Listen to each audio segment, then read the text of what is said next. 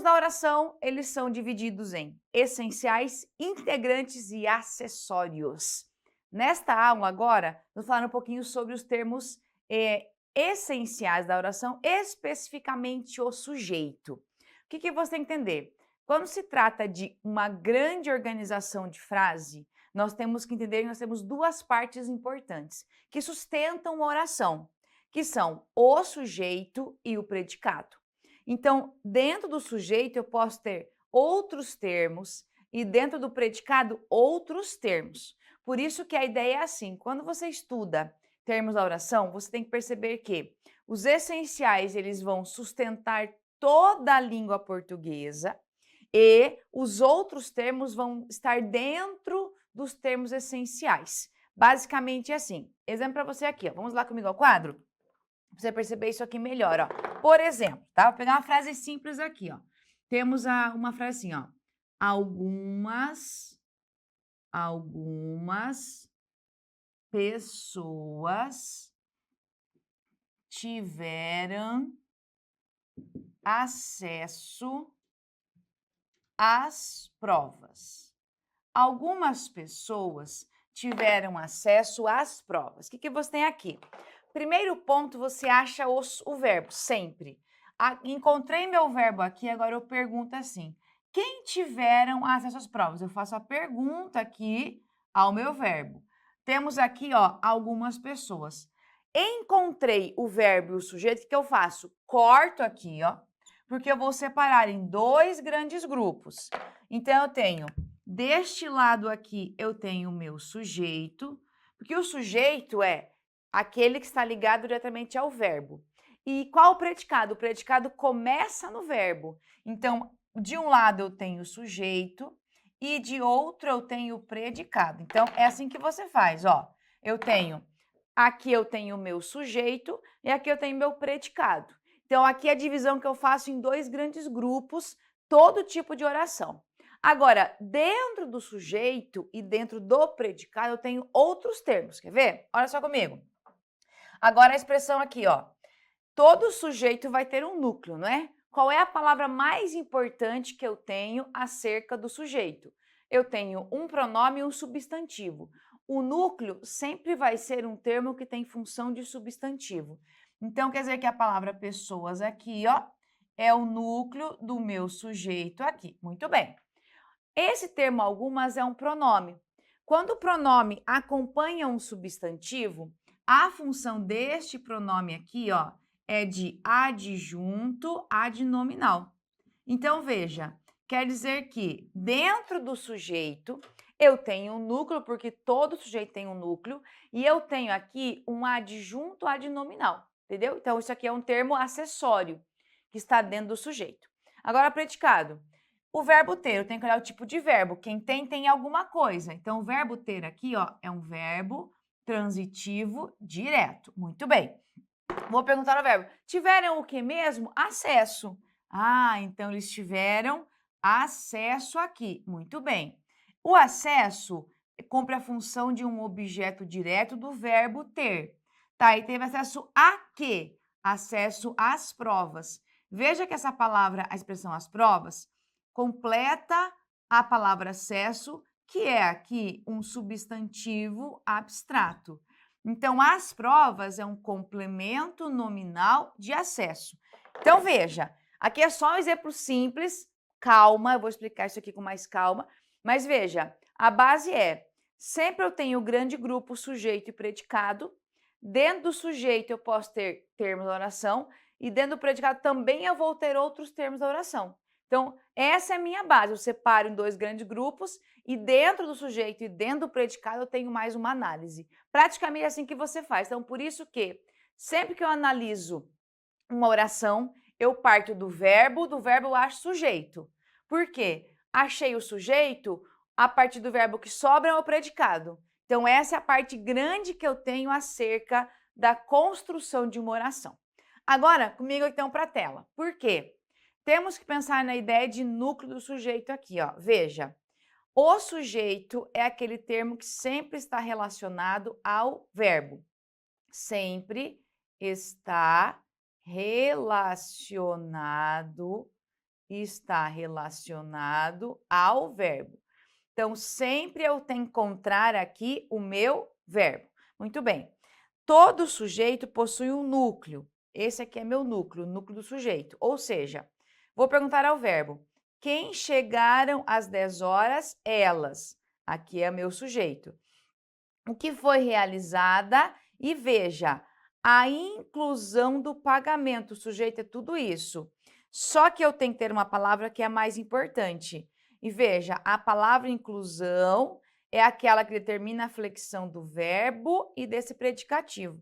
Então, a palavra inclusão aqui, ó, ela é que vai ter a função de núcleo do sujeito. Ela que é a palavra mais importante. Basicamente é assim. Ou seja, vem um pouquinho aqui para o quadro. O que você vai cuidar, então? Quando se trata de núcleo do sujeito, vamos marcar aqui, ó, núcleo do sujeito. Você vai encontrar aqui de duas formas, tá? É assim. Primeiro você olha o quê? Primeiro você tem que buscar um substantivo. O núcleo sujeito praticamente sempre vai ser um substantivo. Se não houver um substantivo, aí você busca o pronome. Então, primeira função aqui, ó, primeiro você vai buscar o substantivo. Se não houver substantivo, aí você encontra um pronome para que seja o núcleo aqui. Essa é a minha base. Então, teoricamente, você vai encontrar o substantivo e, aproveitando, núcleo do sujeito e sujeito nunca começam com preposição. Ó, o núcleo do sujeito e o sujeito nunca começam com preposição. Não começam com preposição. Essa é a minha base aqui, então eles não podem estar preposicionados. Teoricamente, é isso daqui que você tem que perceber. Então, quando você pensa em núcleo, eles nunca podem começar aqui, ó, com uma preposição aqui, nunquinha. Essa é a minha base que eu tenho aqui. Então, para a tela, perceba que aqui a palavra elas é um pronome que acaba exercendo a função aqui do meu núcleo do sujeito, veja só, e inclusão é um substantivo.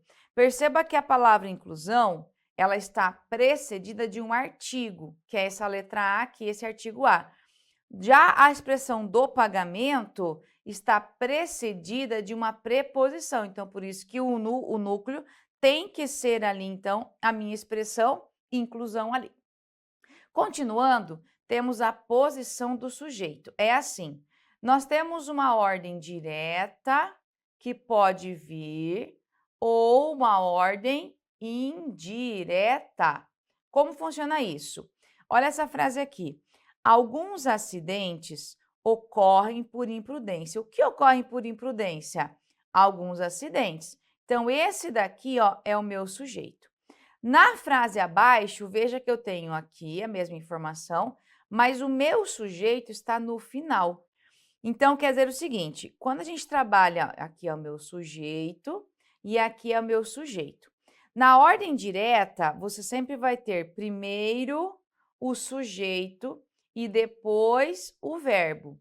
Na ordem direta, aí o sujeito está deslocado, ó, o sujeito. Na verdade, não é só o sujeito, né? Na ordem indireta, você tem uma inversão dos termos. Eles estão fora de ordem. Então, perceba aqui, nessa primeira frasezinha aqui, eu tenho o sujeito, eu tenho o verbo aqui, e esse por imprudência do motorista é um adjunto adverbial, tá? E aqui, deixa eu arrumar de novo para arrumar esse adjunto adverbial com dois As aqui. Adjunto adverbial. Na frase abaixo eu tenho o verbo, o adjunto adverbial e depois o sujeito. Então, eu posso sim ter um sujeito deslocado. Qual o seu cuidado?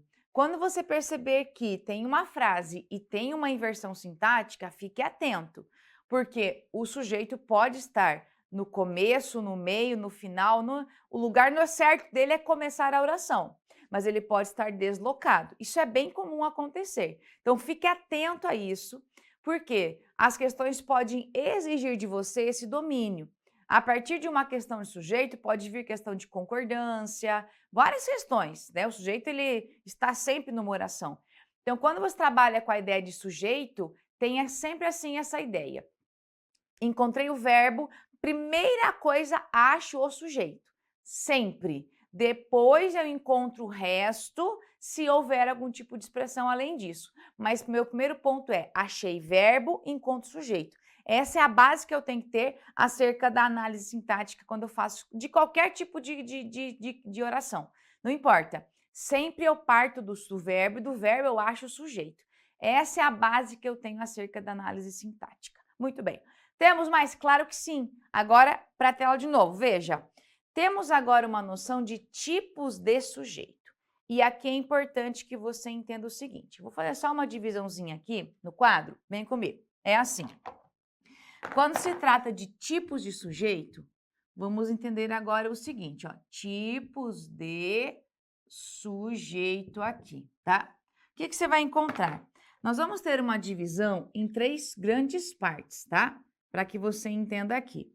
Nós temos o sujeito que pode ser determinado, aquele que pode ser indeterminado, e aquele que a gente chama de inexistente, ou oração sem sujeito. É estranho, né, falar sujeito inexistente, mas a gente tem que classificar sempre. Toda vez que você tiver um verbo, você vai ter que classificar o sujeito, mesmo que seja como inexistente. Então, é assim, o sujeito determinado tem esse nome porque eu consigo encontrá-lo no texto, tá? É encontrado no texto, de alguma forma, tá? Ou está expresso junto ao verbo, ou está em outra frase, mas eu consigo encontrar esse sujeito no texto aqui. Já o indeterminado, veja, o nome já diz isso daqui mesmo. Eu não encontro um referente dele, ó. Não está expresso no texto. Então, essa é a ideia.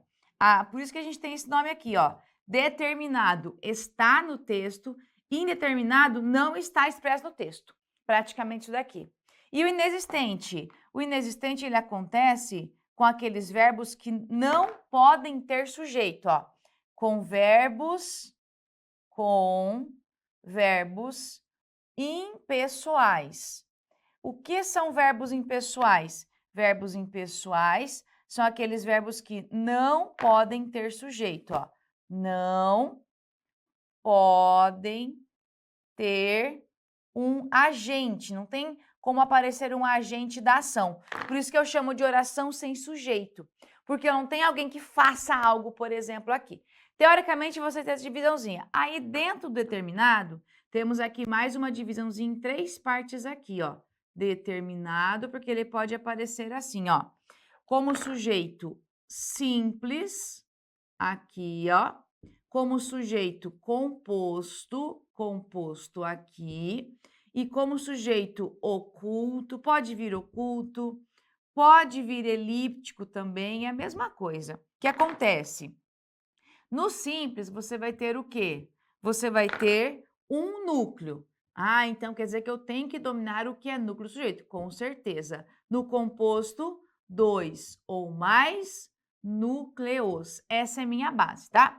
E o oculto, elíptico, é um sujeito que ele está subentendido, não está junto ao verbo, mas eu consigo deduzir aqui pelo contexto. Então, teoricamente, isso daqui é o que você tem como base do que é a noção de tipos de sujeito. Claro que cada um deles tem uma característica, mas de forma geral, para você entender aqui e organizar seu mapa mental, aqui é a base que eu tenho acerca dos tipos de sujeito. Agora, para a tela, olha só. Então, sujeito simples é aquele que tem um só núcleo aqui, tá? Então, por exemplo, vou pegar o exemplo aqui, ó. Quem sofrem com a mudança de clima? Os idosos. Sujeito para cá, predicado para cá. E veja que dentro do meu sujeito, eu tenho apenas uma palavra que é a mais importante, que são os idosos. Muito bem. Aí o sujeito composto. O composto é aquele que tem mais de um núcleo. Mesma perspectiva aqui, ó. Vou perguntar: quem foram demitidos? O gerente e o vendedor. Sujeito para cá, predicado para cá. Agora eu tenho aqui, ó, esse substantivo que está precedido de um artigo e esse aqui também. Opa, eu tenho dois núcleos. Detalhe agora, hein? Nós temos aqui, ó, um conectivo. Então, esses núcleos aqui, ó, veja, como eu tenho mais de um núcleo, anote lá agora. Eles estão ligados por um conectivo de adição. Então, para eu ter um núcleo aqui, eu tenho que ter um sujeito composto. Eu sei que eu tenho mais de um núcleo. Como é que eu vou ligá-los aqui? Deixa eu só melhorar aqui a frase. Por um conectivo de adição. Então, quando você tem no sujeito composto, perceba que você vai ter dois núcleos, dois ou mais. Como é que eu vou ligá-los? Tem que ter algum tipo de conectivo. Às vezes, você pode encontrar somente vírgulas. Você terá aí uma enumeração de núcleos do sujeito, só separados por vírgula, também pode acontecer. Mas sempre eles vão ter que ter alguma coisa que determine que você tem mais de um núcleo. Ou são as vírgulas, se você tiver vários núcleos, ou às vezes como aconteceu aqui com a conjunção e. Ou pode vir assim, por exemplo, tanto o gerente quanto o vendedor. Eu tenho uma expressão de adição ali, que também sugere que eu tenha dois núcleos. E sempre que você então tiver essa ideia, por exemplo, não só o gerente, como também o vendedor. Então, qualquer expressão que seja aditiva, ela pode servir sim como elemento conectivo de adição. E ali você pode usar para conectar o seu sujeito, os núcleos do sujeito. Então, quando houver sujeito composto, fique atento, porque vai aparecer ali um conectivo, sempre, porque ele precisa ser ligado de alguma forma. Continuando, temos agora ainda o sujeito elíptico.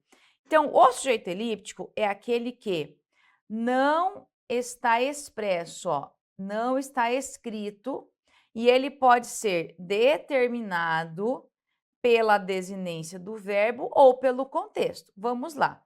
Olha essas frases agora como exemplo aqui, ó. Levantarei cedo. Então, temos o seguinte: quem levantarei cedo? Eu sei que pela desinência do verbo, cabe só um eu. Não dá para colocar assim, nós levantarei cedo, ele levantarei cedo. Não dá. Então, pela desinência do verbo, pelo finalzinho dele, eu sei que caberia ali a palavra eu. Comeu e foi embora. Eu não sei quem comeu, mas veja, caberia ali, por exemplo, um ele ou um ela.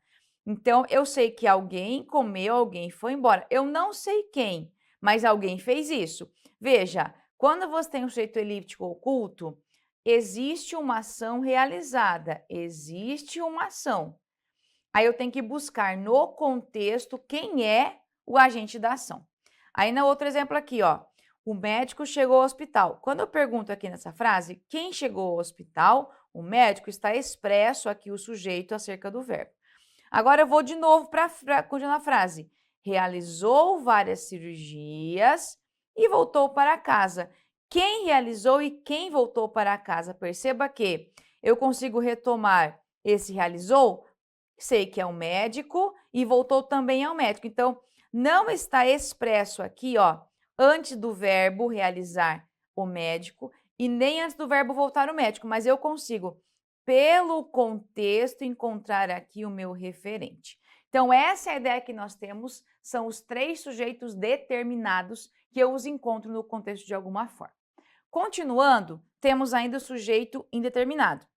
Então, aqui é assim, ó, caso em que você tem que perceber que ele acontece, ou seja, ele existe, tá? Existe uma ação realizada, existe uma ação, né? Só que acontece, eu não consigo identificar com precisão quem é o agente, tá? Não consigo identificar o quê? O agente da ação, eu não sei quem realmente é ali.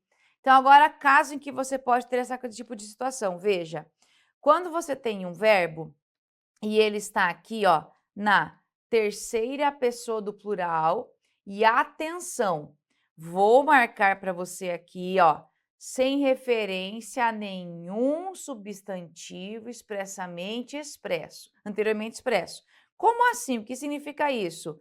Que ele está nessa condição aqui, ó, mas e não está subentendido. Por quê? Se estiver subentendido, marque lá. Se estiver subentendido, ele passa a ser sujeito oculto. Então, nessa condição aqui, ele só vai ser indeterminado se ele não tiver, não eu li tudo e não consigo encontrar o referente dele, aí eu marco como indeterminado. Muito bem. Vamos ver o exemplo agora aqui, ó. Anunciaram a morte do governador. Quem anunciaram, não sei. Pelo contexto, eu não consigo achar um agente para essa ação aqui. Então, aí eu considero como indeterminado. Batem a porta. Quem? Não sei. Então, veja que eu não consigo achar o agente. Pelo contexto, não está subentendido. Por isso, eu classifico como sujeito indeterminado aqui. Agora, também pode acontecer de você ter essa situação quando tem um verbo intransitivo, ou pode vir um verbo transitivo indireto, ou um verbo de ligação, tá? E aí, junto a esses carinhas aí, a esses três verbos, o que vai acontecer? Nós vamos ter aqui a nossa partícula C como índice de indeterminação do sujeito. Nessa situação aqui, ó, vamos marcar aqui, o verbo ele sempre aparece na terceira pessoa do singular. Sempre tem que ser singular aqui e eu não consigo resgatar nada no contexto. Veja só, exemplo aqui, ó. Vai-se a chácara por este caminho. Quem vai, vai, verbo intransitivo. Precisa-se de balconistas, VTI. Vive-se bem, verbo intransitivo. Fala-se alto, intransitivo. Era-se feliz, verbo de ligação. E junto a eles eu tenho a palavra ser, que ela foi acrescentada com a intenção de formar um sujeito determinado. Detalhe, se tiver alguma palavra atrativa, observação aqui, ó. Por exemplo, se tivesse a palavra hoje, você colocaria hoje se fala alto, né? Fosse presente aqui, ó. Hoje se fala alto. Então, se houver uma palavra atrativa, claro que mesmo que seja antes, vai ainda ser um índice, ainda assim eu tenho um sujeito determinado, mesmo assim. Aqui os exemplos são todos depois, mas pode vir antes sem problema nenhum. Então, quando se trata de determinado, entenda que é assim. A intenção é realmente não dar ênfase ao sujeito. A intenção de um sujeito determinado é que você dê ênfase à ação e não, ou então ao que se espera, e não a quem faz a ação, tá? Então, são situações que você tem que ter bem claras ali.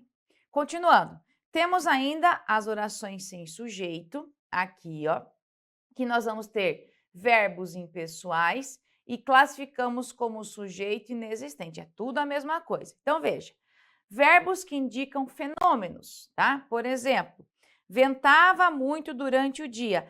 Quem ventava? Ninguém venta. Anoitece mais tarde no verão. Quem anoitece? Ninguém anoitece. Então, não tem, é assim, não tem como eu colocar um agente, porque o verbo ele não admite alguém que faça alguma coisa, entendeu? Por isso que eu chamo de verbo impessoal. Não tem como eu falar que alguém inventava, alguém anoitece, alguém amanhece, não tem. Então, são verbos que não admitem que haja um agente para uma ação que seja executada. Continuando, temos ainda o verbo haver, e esse verbo haver aqui, ó, sentido de existir ou tempo decorrido, ocorrer ou acontecer. Quando você tem isso daqui, esses verbos, por exemplo, aqui, ó, aqui ele fica, tem que ser terceira pessoa do singular. Todos eles têm que estar na terceira pessoa do singular. Então, veja, havia crianças correndo, eu posso trocar por existiam crianças. Há 2 meses que não vejo, ou seja, tempo decorrido, passaram-se 2 meses. Houve vários acidentes, ocorreram vários acidentes. Então, aqui são verbos que eles são verbos impessoais. Continuando, verbo fazer com a mesma ideia, algum fenômeno ou tempo decorrido. Veja, Fazia 32 graus à noite. Quem fazia? Ninguém. Eu tenho um fenômeno aqui. Faz 12 anos que não vejo. Quem faz alguma coisa e ninguém faz nada? É um tempo decorrido aqui. E também o verbo ser. O verbo ser, ele pode estar no singular ou no plural, isso depende do numeral que vem depois dele, da expressão. É o único verbo que, mesmo sendo impessoal, quando ele se refere a datas, horas de distância, ele pode estar no plural. Então, veja, hoje é dia 10. Quem é? Ninguém é nada. É 1 hora? Ninguém é nada. Veja, são 4 horas. A concordância é com o numeral aqui, ó. Concorda com dia, concorda com uma, concorda com 4. Daqui ao meu colégio são 4 quarteirões, concorda com o numeral aqui. Mas veja, ninguém é nada, ninguém são nada. Aí eu tenho um sujeito que a gente chama de inexistente. Fechou? Então, para você entender melhor aqui, ó, grave bem essa noção aqui, ó.